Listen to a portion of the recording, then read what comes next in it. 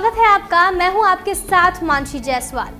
केंद्रीय परिवहन और एमएसएमई मंत्री नितिन गडकरी ने जब से देश के सभी रेलवे स्टेशनों, हवाई अड्डों और मॉल्स में कुल्हड़ में चाय की बिक्री को अनिवार्य करने का महत्वपूर्ण सुझाव सरकार को दिया है, उसके बाद से ही उत्तर प्रदेश की योगी सरकार ने इसको गंभीरता से लेते हुए मिट्टी से बने कुल्हड़ के बर्तनों को बढ़ावा देने के लिए उत्तर प्रदेश माटी कला बोर्ड का गठन किया है, जिसका काम मिट्टी से कुल्हड़ और बर्तन बनाने वाले समाज को मिट्टी के पट्टे आवंटन करा के इस उद्योग को आगे बढ़ाना और अधिक से अधिक लोगों को रोजगार उपलब्ध कराना है।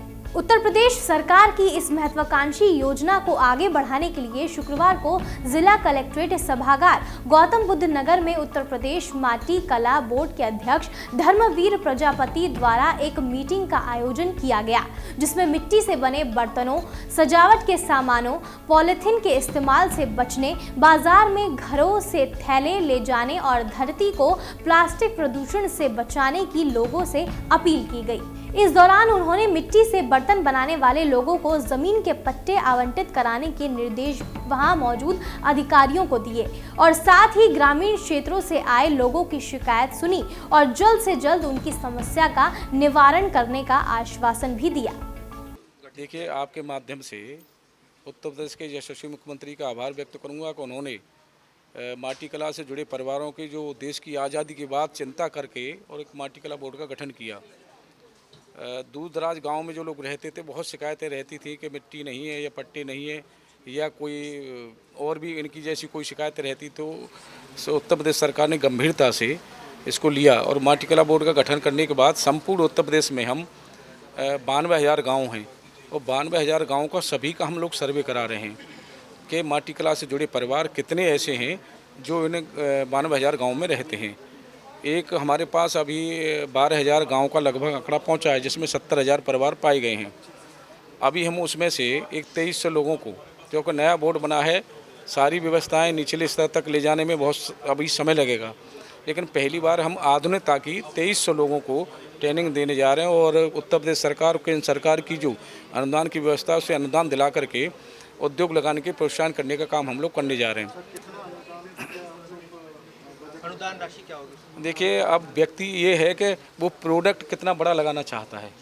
5 लाख के सीमा में लगाना चाहता है, 8 लाख की में या 10 लाख की में या 15 लाख की में या 20 लाख की में, जैसी वो प्रोडक्ट अपना लगाना चाहता है उसी के आधार पर अनुदान की व्यवस्था रहेगी। दूसरा, नहीं, जैसे वो एप्लीकेशन हमारी लाएंगे हमारे पास, एक उनका जो है ये देखना पड़ेगा हमें कि वो कितनी कैपेसिटी, उनकी कितना अपना उद्योग लगाना चाहते हैं। एक उनकी जो है फर्नेस या पग मिल से कम चलेगा या 4 लगाना चाहते हैं, उसी के आधार पर व्यवस्था रहेगी। एक चीज़ आपने बताई कि प्रशिक्षण दिया जाएगा, तो कहाँ पे प्रशिक्षण दिया जाएगा? और हमारे खादी बोर्ड के जितने ट्रेनिंग सेंटर हैं अभी हम उन्हीं पे ट्रेनिंग, क्योंकि माटी कला बोर्ड नया है, हमारे कोई ट्रेनिंग सेंटर है नहीं, हमारे पास ज़िले में कोई इकाई भी नहीं है। अभी हमारे पास 21 लोगों की टीम प्रदेश की है मात्र, और जहाँ जहाँ खादी बोर्ड के हमारे ट्रेनिंग सेंटर हैं वहीं हम प्रशिक्षण कराएंगे। एक जानकारी आपके माध्यम से आम जन को हम देना चाहेंगे कि इस मिट्टी में इतने पोषक तत्व पाए जाते हैं, आयरन भी इसमें है, जिंक भी है, फास्फोरस भी है, कैल्शियम भी है।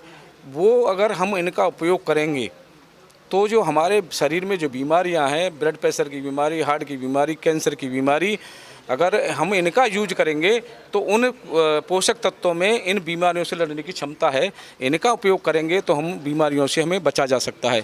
दूसरा, इसी में जैसे अब एल्युमिनियम के हम प्रेशर कुकर में दाल बनाते हैं तो दाल बनती नहीं, हवा के प्रेशर से फटती है और माइक्रो न्यूट्रॉन 90% जल जाती है। जैसे सब्जी या दाल बनाते हैं उसमें 100% जो रहती है तो 90% जल जाती है, मात्र 10% हम लोगों को मिलती है।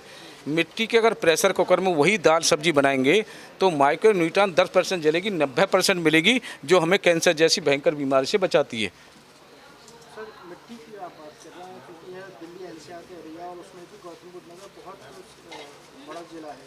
यहाँ पे बिल्डर्स ने एलएमसी की ज़मीनों को घेर रखा है, तालाबों को पाट दिया है, तो उसमें मिट्टी की व्यवस्था कहाँ से करते? देखिए, अभी ये हमारे सभी प्रशासनिक लोग हमने बुलाए थे, तहसील के लोग भी बुलाए थे, और कहाँ कैसी व्यवस्था है। जैसे 2-4 शिकायतें ये भी मिली कि हमारे पट्टा पहले से है लेकिन कहीं कब्जा है, और वो क्या है कि तहसील तक अगर मान के चलिए वो लोग नहीं पहुंच पाए किसी कारणवश, तो उनकी हमने सभी तहसील के लोगों से कहा है कि तत्काल प्रभाव से मुक्त कराइए। अगर कहीं उस तालाब में है तो मिट्टी के पट्टे के लिए, लेकिन उसमें मछली पालन हो रहा है और मिट्टी नहीं उठाने दे रहा है, तो हमने कहा है कि उसको निरस्त करिए। ये या तो वो मट्टी उठाने दें, नहीं तो उस पट्टे को निरस्त कर दीजिए। ये व्यवस्था हम लोग करने जा रहे हैं। अभी हम जैसे अब जो जानकारी हमें जैसे जैसे मिल रही है, नया बोर्ड बना है, वो जानकारी हम सारे पूरे उत्तर प्रदेश में भ्रमण कर रहे हैं, मुख्यमंत्री के साथ बैठ कर उनको शेयर करते हैं, उसका समाधान कराने की व्यवस्था भी करते हैं। आपके यहाँ ग्रामीण क्षेत्रों के लिए कौन कौन सी योजनाएं चलाई जाती हैं? हमारा जो विभाग है वो ग्रामीण क्षेत्रों से संबंधित है। तो हमारे यहाँ हमारे विभाग में 2 योजनाएं चलाई जाती हैं। एक प्रधानमंत्री रोजगार सृजन कार्यक्रम, एक मुख्यमंत्री ग्राम उद्योग रोजगार योजना। जो प्रधानमंत्री रोजगार सृजन कार्यक्रम योजना है, ये सेंट्रल गवर्नमेंट की योजना है। इसके अंदर 1 लाख से लेकर 25 लाख रुपए तक की ऋण की सुविधा मिलती है उद्यमी को। ये जो फैसिलिटी होती है, ये बैंक से पैसा ये उद्यमी को बैंक से मिलता है। हम लोग का जो काम है सब्सिडी देना और इंटरेस्ट का देने का काम है। और मुख्यमंत्री योजना में 1 लाख से लेकर 10 लाख रुपए तक की सुविधा मिलेगी। और इसके साथ साथ और भी जो रूरल एरिया में योजना चलाई जाती हैं ट्रेनिंग के लिए, ब्यूटी पार्लर के लिए, और जो ट्रेनिंग होती हैं सिलाई के लिए, वो हमारे यहाँ 1 वीक के लिए और 10 दिनों के लिए ट्रेनिंग चलाई जाती है। इन योजनाओं को लागू कैसे किया जाता है? इस योजना को आवेदन खुद अपना ऑनलाइन आवेदन कर सकता है। इसकी विभागीय वेबसाइट है, उस पर ऑनलाइन कहीं साइबर कैफ़े पे जाके या खुद अपना लैपटॉप से अपना घर बैठ के कर सकता है। इसकी सारी जानकारी विभागीय वेबसाइट पर उपलब्ध है। इन योजनाओं के चयन की क्या प्रक्रिया होती है? इस योजना की जानकारी के लिए सारी वेबसाइट पर वैसे जानकारी है, और चयन करने के लिए पहले आवेदन करेगा ऑनलाइन पे और वेबसाइट पे। उसके बाद जो उसका आवेदन है वो हमारे पोर्टल पे आएगा। उसकी एक district level task force committee बनाई जाती है। उसमें डीएम साहब मेन अध्यक्ष होते हैं और सदस्य अलग अलग विभागीय कमेटी में होते हैं। एक इंटरव्यू होता है उसमें उद्यमी की जानकारी के लिए होता है कि हाँ, जिस लोन काम के लिए वो लोन ले रहा है उसको जानकारी है या नहीं है। तो आफ्टर इंटरव्यू उसकी फ़ाइल को बैंक में भेजा जाएगा। फिर बैंक वाला उसका इंस्पेक्शन करेगा कि हाँ, जहाँ यूनिट लगाना चाहता है उस पर जगह रिक्वायरमेंट है या नहीं है। उसके बाद लोन सैंक्शन होगा। जब उसका लोन सैंक्शन हो जाएगा उसके बाद हमारा स्टार्ट होगा विभागीय कार्य। उसमें हम लोग 35% सब्सिडी है जो आरक्षित वर्ग वालों के लिए वो मंगाएंगे। और जो प्रधानमंत्री रोजगार सृजन योजना है, इसके साथ इसमें डबल बेनिफिट है उद्यमी को। सब्सिडी भी मिलेगी 35% और जो इंटरेस्ट है बैलेंस अमाउंट पे 3 सालों तक वो फ्री है। और जो मुख्यमंत्री ग्राम उद्योग रोजगार योजना है वो 1 लाख रुपए से लेकर 10 लाख तक की है। उसके अंदर जो टर्म लोन अमाउंट होता है, term loan in the means of जो मशीनरी उपकरण के लिए होता है, उस पर पूरा ब्याज फ्री है आरक्षित वर्ग के लिए।